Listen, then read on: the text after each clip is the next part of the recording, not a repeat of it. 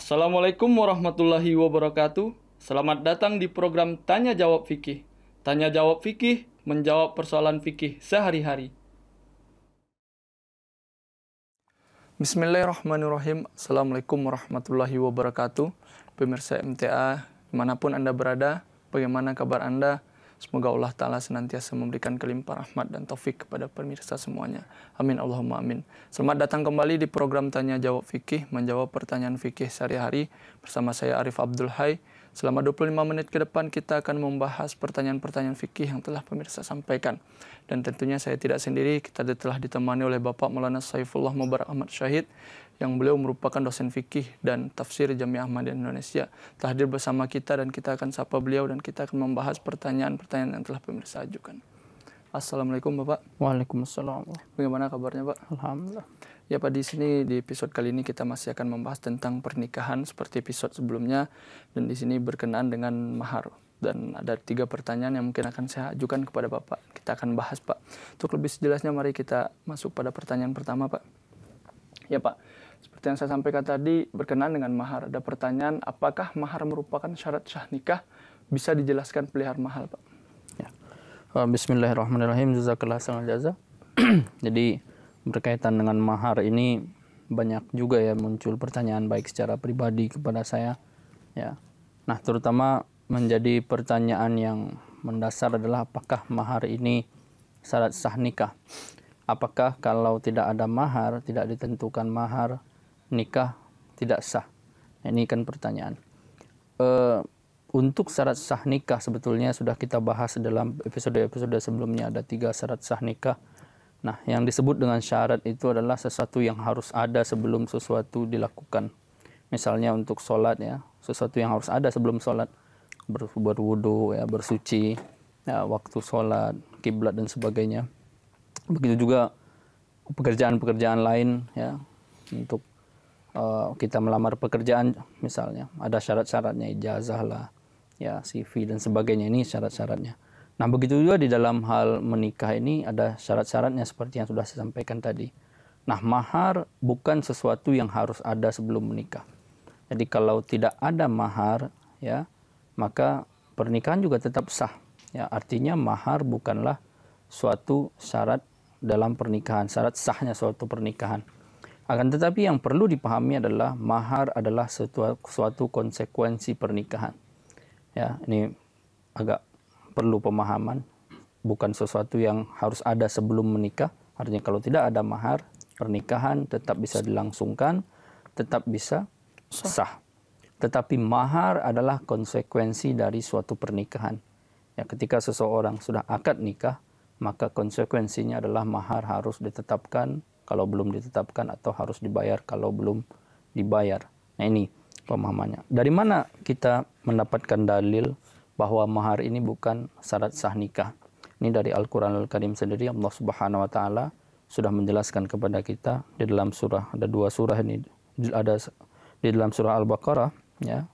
Allah Subhanahu Wa Taala berfirman, la junaha alaikum in talaqtumun nisaa ma lam tamassuhunna aw tafridu lahunna fariidah. Ya, tidak ada dosa, la junaha alaikum, tidak ada dosa bagimu in talaqtumun nisa, apabila kamu menalak perempuan, malam tamassuhunna aw tafridu lahunna fariidah. Ya, bagi perempuan-perempuan yang belum kamu sentuh ya, atau belum ada khalwat saihah, atau yang belum kamu tetapkan maharnya, tafridu au tafridu lahunna bil au tafridu lahunna fariidah ya. Jadi yang belum kamu tetapkan maharnya. Ya, jadi ini yang pertama. Kemudian yang kedua, in talaqtumuhunna min qabli an tamassuhunna faqad faradtum lahunna fariidah fa nisfu ma faradtum. Ya, jadi kalau kamu belum tetapkan ya, in talaqtumuhunna, apabila kamu menalak perempuan-perempuan itu, min qabli an tamassuhunna, sebelum kamu menyentuhnya, sebelum ada khalwat sahihah ya, wa qad faradtum lahunna fariidah fa nisfu ma faradtum, maka mahar yang harus kamu bayar adalah separuh dari yang telah ditetapkan. Nah, ini ayat-ayat ini menjelaskan bahwa kalau tidak ditetapkan mahar sebelum akad nikah, pernikahan tetap dilangsungkan, ya, tetap sah begitu.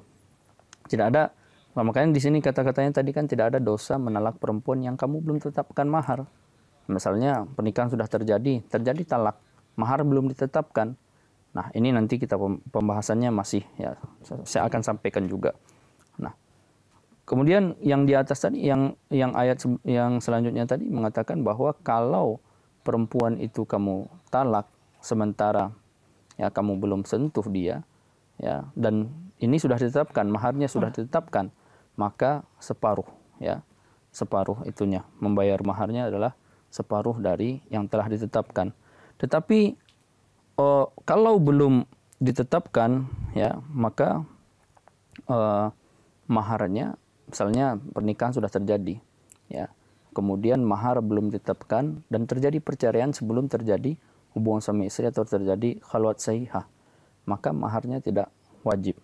Ya, ini dua hal yang berbeda, ya. Kalau sudah ditetapkan maka tetap membayar setengah, ya, kalau belum terjadi khalwat sahihah. Tapi kalau belum ditetapkan maharnya dan terjadi belum terjadi juga khalwat sahihah dan terjadi perceraian, maka maharnya tidak dibayar.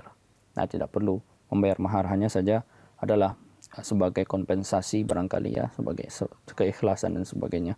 Nah, ini yang disampaikan di dalam Al-Quranul Karim sendiri. Ya, nah sekarang apa sih mahar itu, ya?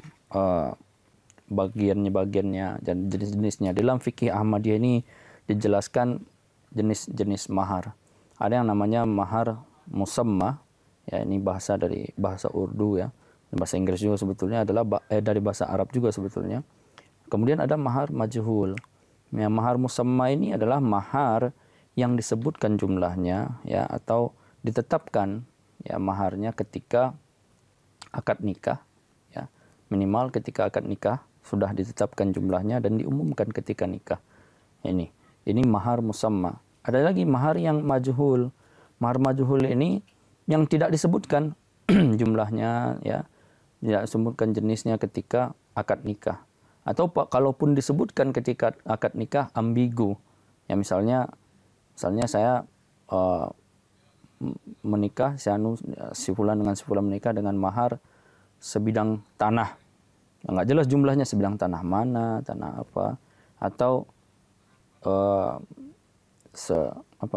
seekor sapi, yang nggak jelas, ya kan, atau misalnya sebuah mobil yang nggak jelas mobilnya apa dan sebagainya. Nah, ini nanti akan terjadi pertentangan kalau misalnya terjadi perceraian sementara maharnya belum dibayar dan belum tentu. Nah, ini akan terjadi pertentangan nanti, ya, sehingga timbul mahar misal namanya, ya, mahar misal, ya, permisalan. Nah, nanti urusannya dengan qadha, dewan qadha. Kalau kita di jemaat, ya, di dewan qadha urusannya.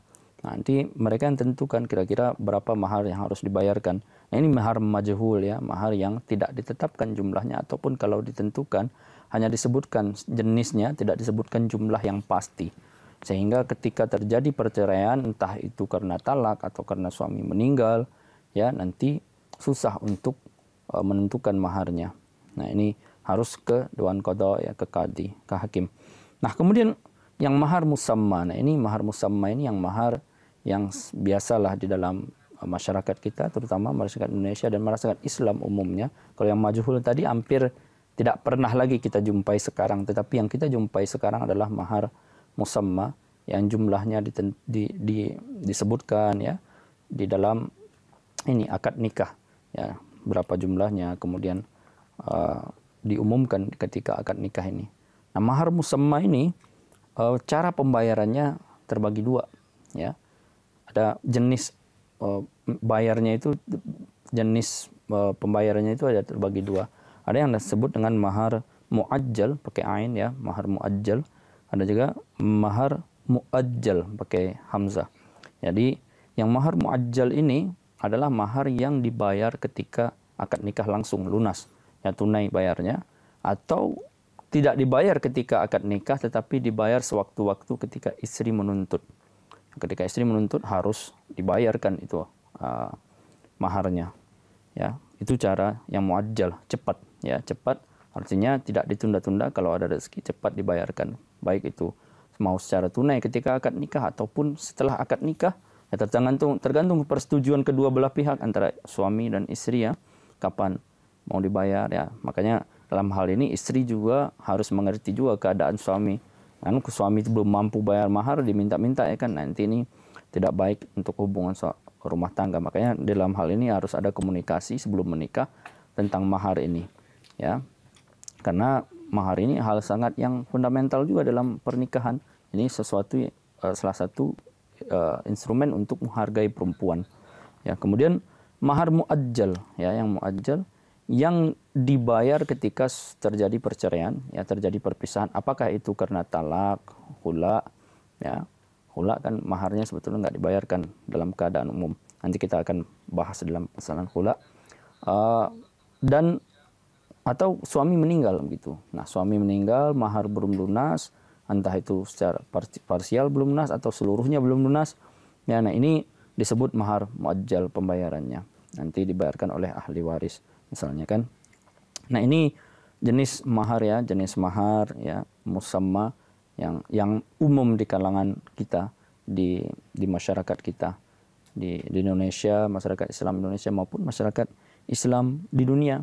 Nah, kalau yang mahar majhul tadi kalau ada terjadi pertentangan seperti yang saya sampaikan, maka dia harus itu nggak jelas kan barangnya itu seperti apa, jenisnya mungkin disebutkan tetapi jumlahnya tidak disebutkan, sehingga kalau terjadi pertentangan ya, pertikaian, apakah itu karena perceraian dan sebagainya atau suami meninggal, maka ini mahar misal namanya lagi. Mahar misal itu permisalan. Ini dikira-kira oleh hakim lah, oleh qadhi lah, dewan qadha, kiranya berapa ini orang ya, sesuai dengan keadaan ya, keadaan suaminya, keadaan ahli warisnya dan sebagainya. Nanti akan banyak aspek yang akan dilihat ketika menetapkan mahar misal ini. Jadi satu hal yang harus kita pahami di sini bahwasanya berkaitan dengan pertanyaan ini, mahar itu bukan merupakan syarat sah nikah. Artinya jika tidak ditetapkan mahar sebelum pernikahan, itu artinya pernikahan tetap sah dan bisa dilangsungkan ya Pak. Sedangkan mahar ini adalah salah satu konsekuensi dari pernikahan. Bapak sebutkan juga tadi berkenaan dengan ini bahwasanya mahar juga merupakan salah satu instrumen dalam Islam untuk menghargai perempuan. Nah, makanya perlu saya pertegas di sini, ada di dalam setiap hukum Islam itu ya ada hal yang ideal ya, ada yang biasa aja, yang hanya semacam memenuhi persyaratan aja. Ya, kalau idealnya memang di dalam setiap pernikahan kita ya disebutkan jumlah maharnya, dan idealnya lagi kalau langsung dibayar. Ya, kalau tidak pun dibayar, dicicil pun tidak masalah. Nah, ini kalau kita berbicara ideal maka adalah mahar musamma tadi yang disebutkan jumlahnya jelas, maharnya ya, hitam di atas putihnya jelas, sehingga kalau terjadi apa-apa jadi tidak ada pertentangan gitu. Iya Pak. Kita ke pertanyaan selanjutnya Pak. Ini masih berkaitan dengan mahar Pak. Apakah mahar mempunyai jumlah tertentu Pak? Nah, ini berkaitan dengan jumlah mahar, sebetulnya dari Al-Quranul Karim sendiri tidak pernah ada pengaturan jumlah mahar ya, karena ini dikembalikan kepada kemampuan masing-masing orang. Begitu juga di dalam sunnah dan hadis ya, tidak ada ketetapan mahar ya. Salah satu hikmahnya adalah supaya orang menikah itu ketika dia ingin menikah, ketika belum punya harta dan sebagainya, jangan sampai takut menikah ya. Karena ketika kita menikah, suatu hal yang kita lihat di dalam kehidupan sehari-hari umum juga ya, banyak orang yang setelah menikah rezekinya terbuka ya. Allah Subhanahu wa taala mengaruniakan yang dari mana yang tidak pernah dia sangka. Nah, ini dari Al-Quran, hadis, ya sunnah tidak ada. Namun sesuai dengan zamannya, makanya setiap hukum Quran pernah kita bahas juga di dalam hal zakat ya. Syarah zakat itu kan tidak ditentukan oleh Al-Quran Al-Karim. Setiap zaman fuqahanya, kalau kita sekarang tentu khalifah ya dengan majelis ifta, mufti dan sebagainya yang menentukan sesuai dengan keadaan zaman. Makanya ini fleksibel hukumnya ya. Yang itu tadi juga fleksibel, yang zakat fleksibel. Nah, sama ini tidak disebutkan jumlah pastinya karena ini fleksibel sifatnya, supaya tidak tampak seolah-olah ajaran Al-Quran ini kaku begitu atau tidak luas. Dengan fleksibilitasnya ajaran ini tentang mahar ini menunjukkan bahwa Al-Quran Al-Karim sangat luas begitu. Nah, betul-betul memperhatikan setiap masa, setiap zaman dan seterusnya. Nah, berkaitan dengan jumlah mahar ini, fikih jemaat ya, jemaat Ahmadiyah, fikihnya Hazrat Khalifatul Masih As-Sani, Hazrat Khalifatul Masih kedua, Hazrat Muslih Maud anhu, beliau dalam hal ini menetapkan bahwa mahar minimal 6 bulan gaji, ya 6 bulan gaji, kotornya gaji itu berapa, 6 bulan, atau yang paling maksimal, yang paling atas adalah 1 tahun gaji. Jadi tidak terlalu murah dan juga tidak terlalu dilebih-lebihkan. Jangan sampai dikarenakan ingin pamer ya, ingin ini orang melebih-lebihkan mahar tetapi tidak dibayar, tidak jujur dan sebagainya, atau hanya semacam itu tadi, ria tadi. Nah, ini juga nggak boleh. Nah, makanya mahar kata beliau yang paling ideal adalah 6 bulan sampai setahun gaji, dan kita ambil yang 6 bulan saja misalnya. Ya. Ini dari fikih Ahmadiyah ya, dari Hazrat Khalifatul Masih As-Sani. Nah, makanya setiap Ahmadi hendaknya ketika ingin menikah tetapkanlah mahar sesuai dengan petunjuk beliau. Ya, sampai saat ini belum ada revisi untuk itu. Tetapi kalau memang tidak mampu, tidak ada kewajiban ya, jangankan begitu, yang menetapkan mahar aja tidak ada kewajiban. Tapi kalau kita berbicara sebagai Ahmadi, tentu kita berbicara hal-hal yang ideal begitu. Nah, ideal disampaikan oleh Hazrat Khalifatul Masih As-Sani tadi. Nah, namun di dalam hal mahar ini ya perlu kita ya juga disampaikan juga bahwa di masyarakat kita ini, di Indonesia khususnya ya, di Indonesia ketika akad nikah berkaitan dengan mahar itu disebutkan ya cara bayarnya itu apakah hutang, tunai. Misalnya si fulan menikah ini dan sebagainya dengan mahar sekian dibayar tunai, ya kan? Nah, padahal tidak ada kewajiban untuk membayar tunai sebetulnya. Nah, karena adanya penyebutan seperti itu barangkali ini orang-orang ya, sehingga mahar di Indonesia itu kecil-kecil. Nah, kalau disebutkan dibayar hutang, malu juga kan? Akad nikah dibayar hutang, ya. Kalau disebutkan padahal nggak masalah sih sebetulnya. Nabi SAW juga pernah berhutang. Jadi hutang itu bukan sesuatu yang hina ya, asalkan dibayar, asalkan dengan niat dibayar, tidak masalah. Nah, ini yang perlu dipahami ya, ketika akad nikah ini tidak perlu disebutkan dibayar tunai kah, dibayar hutang kah, sehingga di sini ada orang yang mahar seperangkat alat sholat, ya kan? Ya, mahar bismillah, apa itu? Ya kan, mahar ini harus berbentuk harta, masa bismillah mahar, ya kan? Kemudian ayat suci Al-Quran, macam-macam orang ini, ya ya mungkin dia hafiz Quran, ini pula dibaca ayat suci Al-Quran ya 1 juz 2 juz, ini mau sholat tarawih atau mau bayar mahar gitu kan. Nah, ini ya tentang mahar ini ya harus jelas bahwa mahar itu adalah harta pegangan untuk perempuan. Kalau seperangkat alat sholat, apa beli murah seperangkat alat sholat. Jadi perempuan ini salah satu, seperti yang saya sampaikan, instrumen untuk menghargai perempuan adalah mahar. Ya, dan ini pegangan juga buat dia. Terserah dia mau digunakan untuk apa dan sebagainya. Ya. Nah, makanya di dalam fikih Ahmadiyah ya, kita ini ketika akad nikah tidak pernah ya, kalau kita acara nikah tidak disebutkan cara bayarnya itu. Soalnya saya nikah ya kan, tidak disebutkan di kadian saya nikahnya, tidak disebutkan ya bayar 6 bulan ini ya, 6 bulan gaji ya, 6 bulan tunjangan. Tidak disebutkan cara bayarnya tunai apa. Itu urusan pribadi. Ya, cara bayarnya itu bukan konsumsi umum lagi. Konsumsi umum adalah hanya menyaksikan maharnya berapa, tetapi ketika sudah melihat kepada cara bayarnya seperti apa, ini sudah konsumsi pribadi. Nah, ini yang perlu kita perhatikan di dalam kita ketika menyampaikan akad nikah. Tapi kalaupun ada yang menyebutkan seperti tadi itu, ya tidak salah juga, tidak ada dosa, tidak ada haram dan sebagainya. Kita nggak berbicara dosa, kita nggak berbicara haram, tetapi berbicara kepantasan aja, supaya orang jangan takut menikah, ya, takut karena belum punya uang untuk bayar mahar, takut menikah. Dan satu lagi yang perlu diingatkan di sini berkaitan dengan membayar mahar, ya, Hazrat Masih Maud sangat keras dalam hal ini, dan Hazrat Khalifah kita, Khalifah Islam, Khalifah Masih Al-Khamis dalam khutbah juga menyampaikan berkaitan dengan mahar, bahwa perempuan jangan pernah memaafkan mahar suaminya. Nah, kadang-kadang ada suami kan dirayu-rayu tuh perempuan ya. Misalnya dikasih sekarang nih, kasih ya dengan syarat balikin lagi ya, dirayu-rayu gitu. Nah perempuan kan gampang terayu biasanya.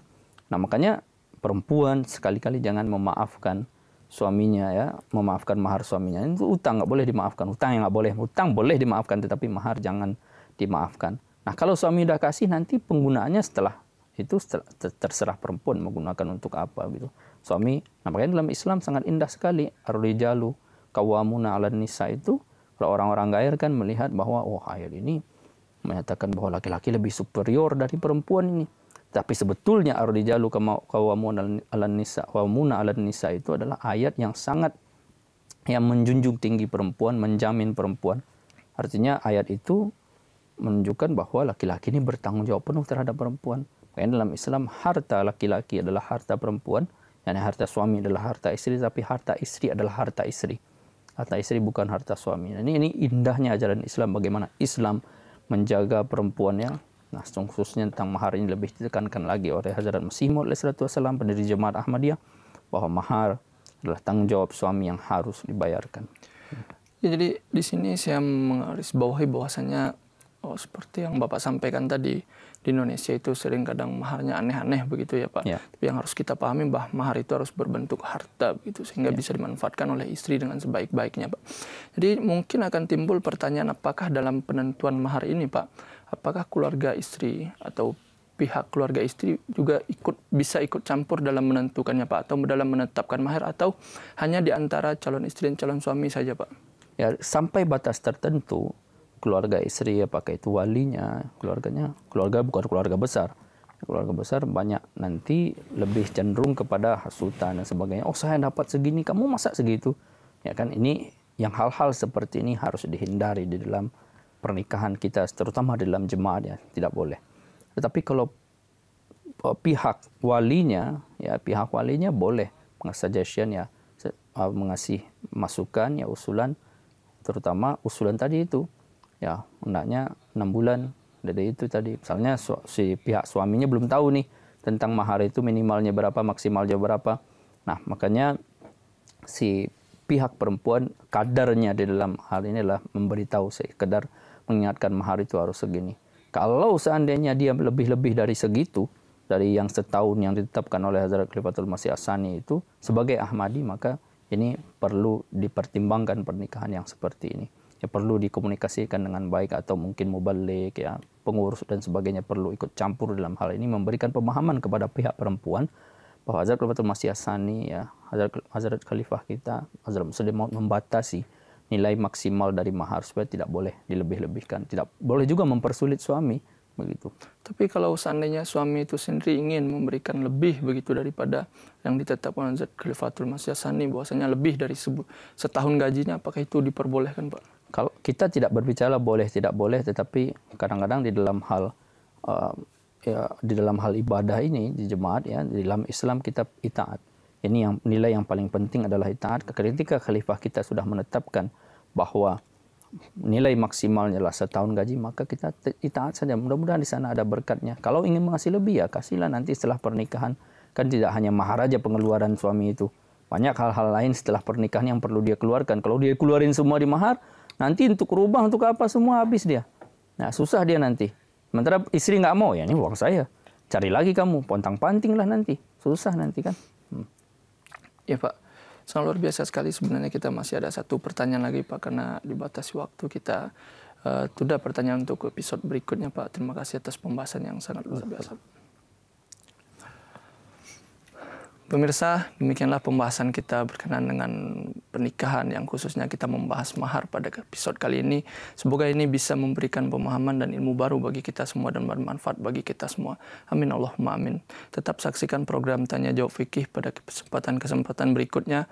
Dan jangan lupa pula untuk menyaksikan program MTA Indonesia lainnya dan juga menyimak khutbah huzur Hazrat Khalifatul Masih Al-Khamis Sadat bin Nasir Al-Aziz hanya di MTA Indonesia. Jika pemirsa memiliki pertanyaan, saran, masukan atau komentar, kirimkan saja ke alamat email yang tertera di bawah ini dengan menyertakan subjek Tanya Jawab Fikih. Saya Arif Abdul Hai beserta kerabat kru yang bertugas mohon pamit undur diri, dan sekali lagi saya ingatkan tetap saksikan program Tanya Jawab Fikih. Tanya Jawab Fikih menjawab pertanyaan fikih sehari-hari. Wassalamualaikum warahmatullahi wabarakatuh.